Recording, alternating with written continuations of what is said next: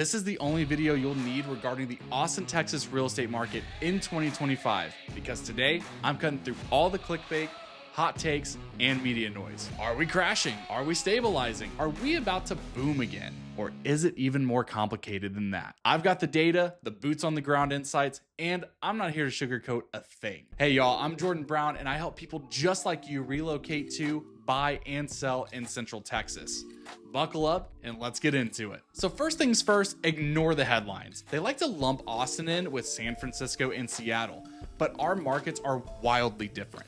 And in order to get a grasp on what it's truly like buying or selling here in my market of Austin, Texas, first we need a little history lesson and a temperature check. So first, let's talk about how the Austin, Texas area has the most inventory in history available right now for sale. At this very moment, there are over 14,000 homes for sale.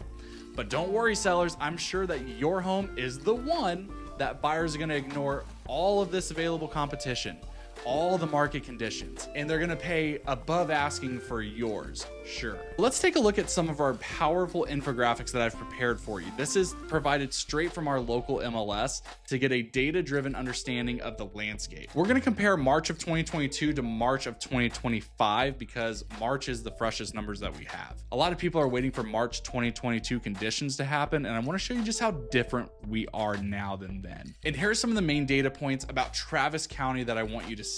Infographics, please. Active inventory in layman's terms is how many new options did you have to pick from that month? How many listings are there available? There were 873 in 2022 versus 5,735 this year.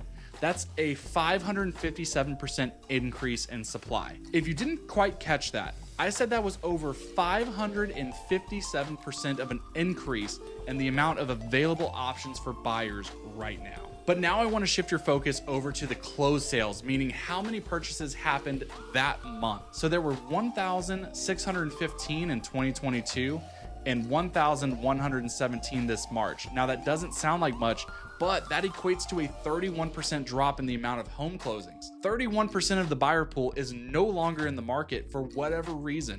Maybe they moved back to their respective states. If you don't know, Austin was a hotbed and a destination for many people fleeing the COVID restrictions that were in many other states. There's international tensions with the US that might have them scared to make a major investment in something like a home right now, or many of the other reasons that I've outlined in this video right up here that's entitled Why Everyone is Leaving Austin, Texas in 2025. And by the way, did I mention there's 557% more inventory this year than the same time in 2022. So it's really no wonder why Austin's well-documented fall from real estate grace is as severe as it is. And there's data points proving that. Let's look at a few more data points and then we can move on. The average days on market was 21 days in 2022 versus 76 days this March. So it's taking over 3 times as long for your listing to sell. When you're looking at what's going on in the Austin real estate market, you may see that some people say that we're heading for a housing crash or that we're heading for a housing recovery. Both cannot be true.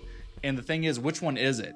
Well, that's a trick question because they're both wrong without local context. And the only real estate that matters is local. If you don't know what's happening neighborhood by neighborhood, you're guessing, not investing. So Jordan, what's actually happening in Austin? Well, the truth is, Austin is not crashing. I mean, have we lost our minds? Are we so far removed from any ounce of normalcy in our market that we've forgotten that, with the exception of the historic amount of inventory right now, this is what the Austin real estate market was like pre-COVID. My house that I bought that I'm sitting in right now in 2018, it was on the market for over 120 days before we put in an offer on it. Who are the players involved with this market cool down? Well, one, interest rate hikes have cooled buying power. 2022 was the first time in history that interest rates doubled within a 12-month span. However, home prices didn't cut in half within that same time frame and still have not come down from the inflated prices that we experienced. And this presents a situation where now you have homes that have parabolic prices and just the interest alone doubled in a short amount of time. That's enough to halt demand for anyone who didn't jump for whatever reason when rates were 2% or 3%. There's countless stories of buyers who were just on the fringe of being qualified who within months lost their buying power because conditions created by the pandemic. Next, is anyone still moving to Austin? Pandemic era migrations have slowed down drastically, but not stopped. Many were seeking political refuge in Texas. It just wasn't what they were looking for. It wasn't the haven that they thought that they were getting into. But others came to the realization that they gave up their coastal lifestyle. Yes, I'm talking about you Californians. You left the coast and you came to Texas thinking it was going to be just like California, but with better politics. And all it took was a couple of summers and the hellacious Texas heat to send you packing. Next, let's talk about builders. Oh baby, I remember what it was like dealing with builders during the pandemic. And builders didn't have a single collective thought of saying, hey, what if this kind of scarcity in the market doesn't last forever? No one thought that, and they chose to overbuild in many of the Austin suburbs, especially when it comes to luxury spec homes. Now, this has contributed greatly to the skyrocketing supply of homes here. And if you would have told me during the pandemic that in just 2 short years, there would be builders that didn't have a 100+ person wait list for their homes or even just to see what they had available, I wouldn't have believed you. And yes, the conditions were that crazy. So when I tell you that it's a better time to buy right now than it was during the pandemic, these are the sort of things that I'm talking about. Now, some areas are still holding strong. Shout out Georgetown and Liberty Hill. While others are seeing price corrections, I want you to think about downtown condos, East Austin new builds, or renovated flips. And there's a handful more examples like this. I've got a question for you. What price range do you think is moving the fastest in Austin right now? Under 400K, 400 to 700K, or over $1 million? I'm interested to know what you think. Make sure you comment below, and I'll let you know if you're right. So now I want to tell you why the 2025 Austin market is still competitive. So despite there being more inventory, well-priced homes are still selling fast. I tell all of my sellers, either deals or diamonds are what's moving right now. And bidding wars are still happening, but only when the property is in a desirable area, priced correctly, and move-in ready. People still want homes that fit that description. If you miss any of those, prepare to be sitting on the market. Next, let's talk about what the psychology of buyers is like right now. Fear is receding, and unfortunately, many are still waiting for the moment that the media tells them that it's a good time to buy again. Smart buyers, however, will see the opportunity when the rates drop. Even something as slight as a 0.5% reduction in interest rates sends buyers back into the market. New construction homes are offering massive incentives. Builders are basically bribing buyers again. If you're an investor watching this, you should be eyeballing suburbs like Pflugerville, Hutto, Elgin, Kyle, Buda, and Bastrop for those long-term cash flow and appreciation bets. And if you're an all-cash buyer, you have insane amounts of leverage right now that I don't think you quite fully grasp. So Jordan, should I buy or should I wait? Buyers, you have more negotiation power now, so take advantage before the rates drop, because that's just going to send the competition surging back into the market again, which raises prices. And if you're worried about losing on buying on the bottom of the market, I've always said that time in the market is way more important than timing the market. And as always, I only recommend buying if you can afford to and you want to. Sellers, let's talk. Price matters. If you overprice your home even slightly, your home will sit, I promise.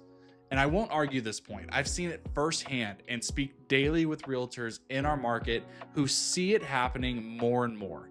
Listen to your realtor or become the difficult, frustrated seller that we all talk about. No amount of marketing will sell an overpriced home. Investors, I think that 2025 to 2026 will be the prime years for strategic acquisition while competition is still moderate.